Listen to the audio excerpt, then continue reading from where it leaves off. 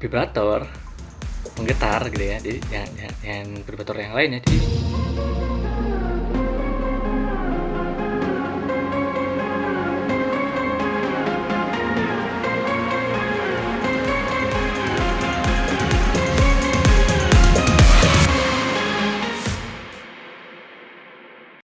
nah, kemudian urutan kerjanya kayak gimana nih guys? Urutan kerjanya.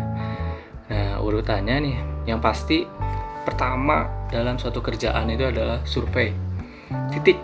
Titiknya di mana sih posisi pancang itu ya?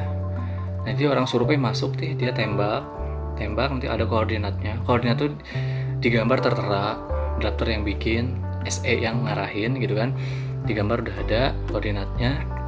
Tembak sama surveyor, titiknya oke, udah ada. Pancang itu kita angkat nih. Nah, pertama kita pakai vibrator dulu guys. Jadi vibrator menggetar gitu ya. Jadi yang vibrator yang lainnya. Jadi ini untuk menggetarkan si pancang ini supaya masuk dengan otomatis, karena lapisan atas itu masih lumpur biasanya di sungai ataupun di laut, bisa aja masih lumpur. Jadi cukup di vibra aja, digetarin itu bakal masuk sendiri. Nah, ini contoh vibratornya, ini ada di slide-nya. Nih, vibratornya cukup digetarkan. Jadi si alat kuning ini dia bergetar. Digetarkan. Ini pakai listrik ya, digetarkan.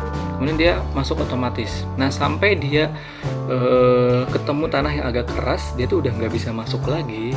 Baru vibrator diangkat. Nah, setelah vibrator diangkat, baru masuk alat pancang itu sendiri, namanya hammer gitu ya. Jadi hammer tuh ditumbuk, pem gitu kan. Nah, kenapa sih nggak dari awal kita tumbuk aja pakai hammer? Ya nggak usah pakai vibrator. Kenapa? Karena gini guys, itu kan lumpur nih, kalau kita tumbuk pakai hammer, itu kemungkinan si titik pancang lari itu bakal besar sekali, karena tumbukan yang terjadi sangat dinamika gaya dinamisnya tuh gede banget nih. Dia tumbuk, dia bergetar juga sih pancangnya. Jadi nanti ada resiko titik itu bakal melenceng kalau kita tumbuk langsung dengan oke. Jadi kita pakai vibrator dulu, terus kita masukin alat pancangnya nih, hammer. Dia tumbuk sampai kedalaman yang diinginkan. Nah, berhentinya sampai kapan sih si pancang ini ya? Apa sampai 100 meter kita tumbuk terus gitu? Tumbuk terus. Dia ada istilahnya namanya calendering guys. Calendering, jadi kita tumbuk. Nah, calendering itu contohnya kayak gini. Kalau misalnya udah 10 tumbukan, si pancang itu nggak bisa masuk lagi, atau masuknya hanya 1 cm, itu udah mentok. Dengan 10 tumbukan masuknya itu 1 cm, berarti ya udah berhenti. Nah, kalau misalnya kita pancang, kita 10 tumbukan ya, blek masuknya masih 1 meter, oh berarti harus tumbuk lagi, belum memenuhi syarat. Nah, kalau misalnya udah 1 cm gitu ya, 10 tumbukan masuknya 1 cm, berarti kita udah memenuhi syarat calendering. Nah, kayak gitu calendering tuh. Itu persyaratan pancang kita kerjanya finish atau berhenti ya. Nah, gimana?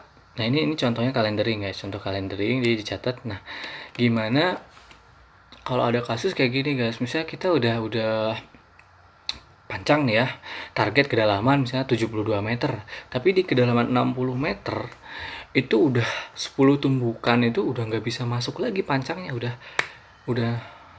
ini ya, udah apa ya namanya, udah diem lah, udah mentok. Itu kayak gimana? Tapi digambar dari DED itu 72 meter, sedangkan di lapangan kedalamannya hanya 60 meter, karena udah nggak bisa masuk lagi. Ya it's okay guys, berhenti di situ. Nanti kita laporkan ke konsultan perencana. Oh ini Pak, pancang yang titik sekian-sekian itu hanya bisa masuk 60 meter, karena tidak bisa masuk lagi, udah mentok. Laporin, nanti perencana nge-review lagi. Oke, selesai. Jadi apapun yang terjadi di lapangan yang bersifat krusial, yang bersifat urgent, kita harus segera laporkan ke konsultan perencana. Di situ kita koordinasi mana jalan yang terbaik, nanti seperti apa. Simplean guys, istilahnya ada beberapa poin lah, itu calendering gitu kan, vibrator, hammer, Itu istilah-istilah penting nanti dalam pemancangan. Kemudian ada yang namanya pengukuran, nanti ada bersihin lumpur. Jadi si pancang ini nanti kita isi ya. Nanti kita isi guys, pancang ini akan diisi pakai beton. Nah itu kan di dalam pancang itu kita harus lihat dulu nih, apakah masih ada lumpur. Kita bersihin dulu, kita angkat dulu lumpurnya, kita angkat sampai di ketinggian tertentu udah memenuhi syarat, baru kita masukin tulangan. Pakai kren juga kita masukin tulangan, terus kita isi dengan beton. Nah terus pertanyaannya, apakah beton tuh nggak lari ke bawah, terus nggak lari gitu kan, nggak penuh-penuh gitu ya? Enggak guys. Jadi kan kita mancang tanah, pancang kan pasti dia ada titik di mana di dalam pancang itu udah ada dasarnya tanah itu kan. Jadi dari sini kita isi beton. Nah gitu, makanya kita harus bersihin lumpurnya dulu di ketinggian tertentu, udah ada di gambar misalnya, udah sampai, baru kita isi pakai beton. Nah caranya gimana ya? Kita tinggal tuang beton aja guys, meskipun di situ ada air ya, dalam pancang ada air, kita masukin beton gitu kan. Nah otomatis nanti beton tuh akan mengisi bagian terbawah, nanti airnya akan terangkat ke atas dengan sendirinya. Itu prinsip dari massa jenis. Jadi massa jenis beton kan lebih besar nih daripada air, jadi beton tuh akan memenuhi yang paling bawah, diam di bawah sambil naik terus. Nah airnya otomatis akan naik ke atas, akan keluar. Itu dia guys tadi metode untuk pancang dan isian pancang. Jadi cukup sederhana, simple ya guys.